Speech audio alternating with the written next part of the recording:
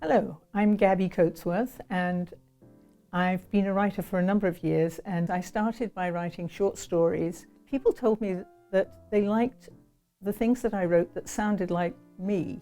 So the book is called Love's Journey Home. My memoir is what I might call a romantic memoir of a person's life. Also the story of a long marriage, the ups and downs, and the ways that we can come back to the love that we think we may have lost. Memoir is a particular kind of book where the author's voice is important both in the writing and in the reading. My publisher asked me whether I could record an audiobook, and then I remembered that the Westport Library, unusually, in fact almost uniquely, has its own fantastic recording studio. But I looked at this studio and it was enormous with masses of fantastic equipment. And I thought, no, it's too much. Oh, they said, we can record an orchestra in here. And I said, well, you know, not an orchestra, I'm just a voice. And that was when Travis, the engineer, said to me, it's not just a voice, it's one of the most complex instruments that a person can have. The human voice has a very wide dynamic range. And I like to refer to it as like the NPR sound. How do you get that full but natural sound that doesn't feel too bright or too bassy and translates really well even if you're listening to it on a phone or on earbuds or in your car.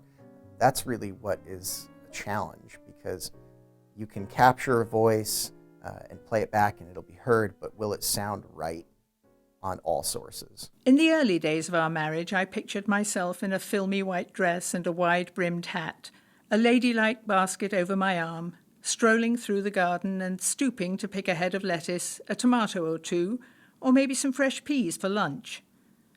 It wasn't like that exactly. I would come down to the kitchen in the morning to make myself the first cup of tea of the day, and would pass Jay coming upstairs, looking a bit guilty and distinctly muddy.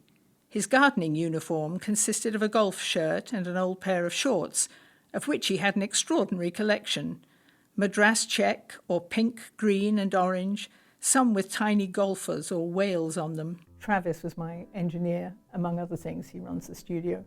And he was so nice and so patient that I almost didn't realize that he was listening. He kept encouraging me and telling me that he was looking forward to the next part of it, and spotting places where I might hesitate and need to redo something which I had thought I might have got away with.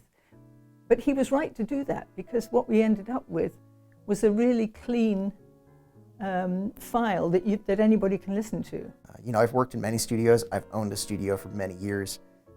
This studio has a really fantastic vibe, and I think people pick up on that as soon as they come in here, and it translates to the recording. Because if you're comfortable, you're going to read more naturally, and you're going to be more enthusiastic and more sincere. It's a really quiet space, given that we are a library, and if you need some human comforts, you can go right down the hall and grab a coffee. We're right by the river. The view is incredible. Then you can come back in and be your best self when you're ready to record. Having the studio here has been the most amazing resource. I don't know how I would have done it without it, because I did look at some other studios and they were not inspiring, shall we say. So I felt extremely fortunate to have this right in my backyard, so to speak, and to be able to take advantage of it with wonderful people to help me do it. And my publisher is absolutely thrilled, because they've got a professional quality audiobook that they can now upload and sell. It's a really satisfying experience to feel that you've created something and then created another kind of form of it.